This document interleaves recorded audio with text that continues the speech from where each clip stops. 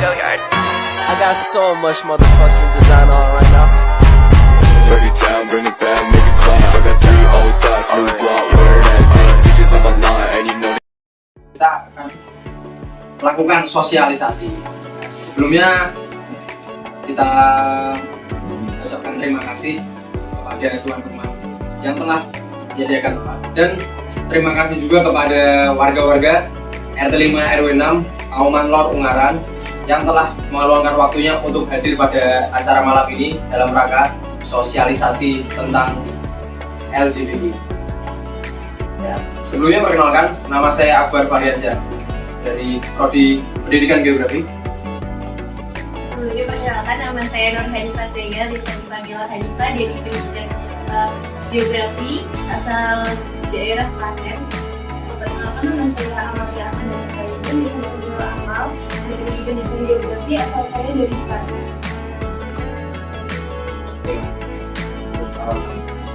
Apa itu LGBT?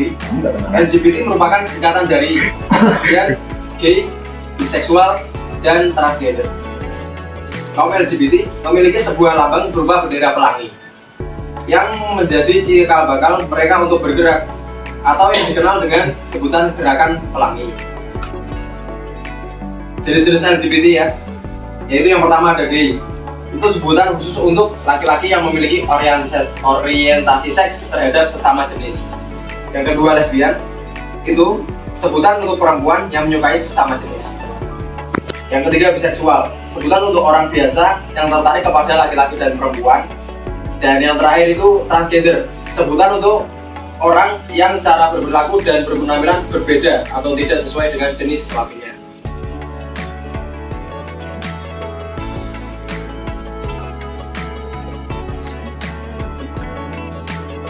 Oke, yang selanjutnya yaitu faktor penyebab LGBT. Yang pertama adalah keluarga atau pola asuh. Pola asuh yang salah akan cenderung bisa membuat orang menjadi menyimpang. Pada dasarnya pendidikan secara seksual dan ketertarikan lawan jenis telah dipelajari secara tidak langsung di dalam sebuah keluarga. Contohnya, anak perempuan lebih cenderung dekat dengan sayang kepada ayahnya, atau sebaliknya, anak laki-laki yang lebih cenderung dekat dengan ibunya. Hal ini merupakan suatu pembelajaran bagi anak.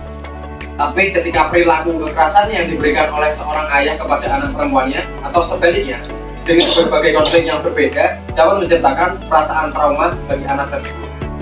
Akibatnya, timbullah perasaan benci kepada sosok ayahnya, dan nantinya anak perempuan tersebut bisa membenci semua laki-laki, dan ia lebih memilih untuk menyukai sesama jenisnya.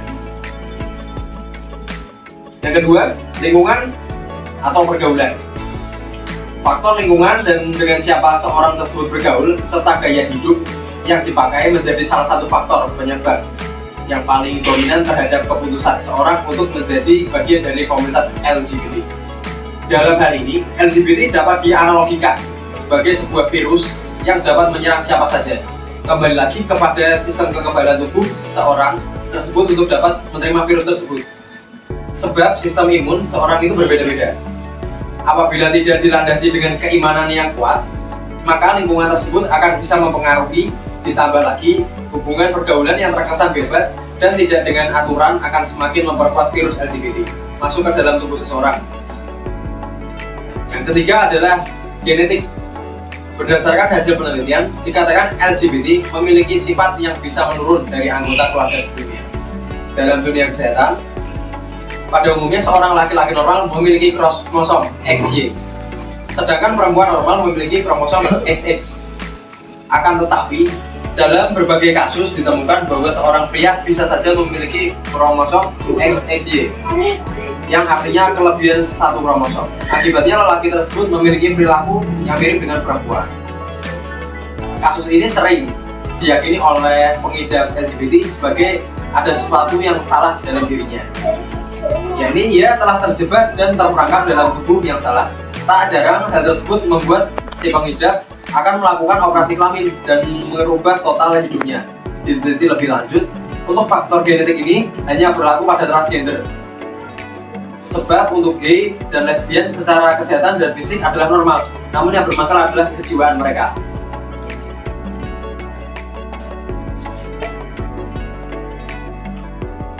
Yang selanjutnya yaitu bahaya LGBT. Faktanya, penyebaran LGBT begitu cepat. Bahkan yang tadinya terlahir sebagai perempuan atau laki-laki, normal dapat terkena hal tersebut. Hal tersebut tidak boleh dibiarkan begitu saja karena dampaknya sangat besar. LGBT bisa membahayakan kesehatan, pendidikan, dan moral seseorang.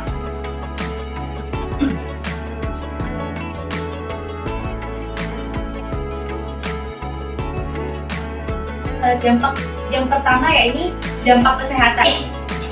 Yang pertama dapat menyebabkan kanker anal atau dubur. Para gay melakukan hubungan seks anal sehingga mereka memiliki resiko tinggi terkena penyakit kanker anal. Yang kedua, kanker mulut. Sebab kebiasaan melakukan oral seks bisa menyebabkan kanker mulut. Sebab faktanya, rokok bukanlah satu-satunya penyebab kanker mulut terjadi. Yang ketiga, dampak kesehatannya yaitu penyakit meningitis. Meningitis atau radang selaput otak terjadi karena infeksi mikroorganisme, kanker, penyalahan gunaan obat-obatan tertentu, dan mengalami peradangan tubuh. Namun, hal ini diungkapkan dalam tulisan di Detik Health bahwa meningitis terjadi karena penularan hubungan seks yang dilakukan oleh pengidap LGBT. Yang keempat yaitu penyakit HIV/AIDS. Umumnya, para LGBT memiliki gaya hidup seks bebas dengan banyak orang, sehingga kecenderungan terkena virus HIV/AIDS sangat tinggi. Yang kedua yakni dampak sosial. Seorang gay akan sulit mendapatkan ketenangan hidup karena selalu berganti-ganti pasangan. Penelitian menyatakan seorang gay mempunyai pasangan antara 20-100 orang per tahunnya. Sedangkan pasangan normal saja tidak lebih dari 8 orang seumur hidupnya. Sebanyak 43% orang gay yang didata dan diteliti menyatakan bahwa seumur hidupnya melakukan homoseksual dengan 500 orang. 28% melakukan dengan lebih dari 1.000 orang. 79% melakukan dengan pasangan yang tidak dikenal sama sekali, dan 70% hanya merupakan pasangan kencan satu malam atau beberapa menit saja. Berdasarkan penelitian di atas, melegalkan pasangan LGBT dalam ikatan pernikahan pada hakikatnya adalah tindakan yang sia-sia. Yang ketiga yakni dampak pendidikan. Penelitian membuktikan bahwa pasangan homo menghadapi permasalahan putus sekolah 5 kali lebih besar daripada siswa normal karena mereka merasakan ketidakamanan dan 28% dari mereka dipaksa meninggalkan sekolah. Yang keempat yakni dampak keamanan. Kaum homoseksual menyebabkan 33% pelecehan seksual pada anak-anak di Amerika Serikat.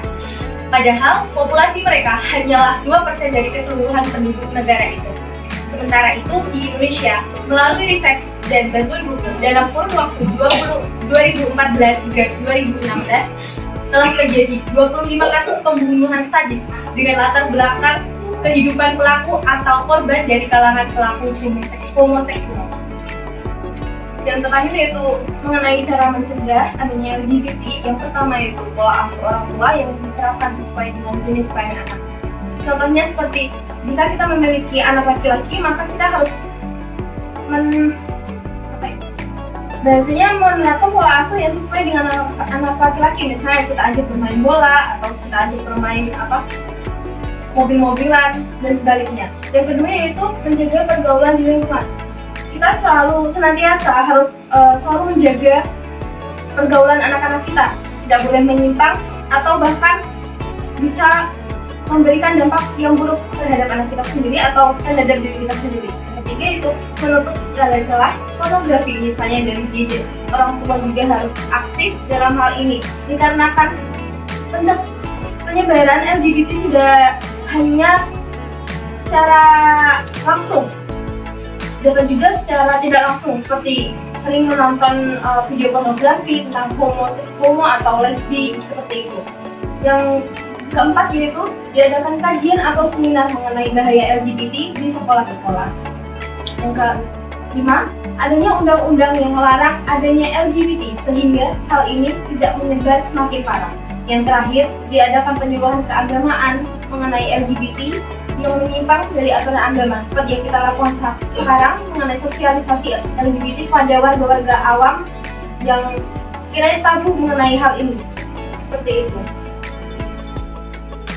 Nah, itu sekian pemaparan materi dari kelompok kami. Jika sekiranya ada kesalahan kata, saya ucapkan minta maaf dan terima kasih. Assalamualaikum warahmatullahi wabarakatuh.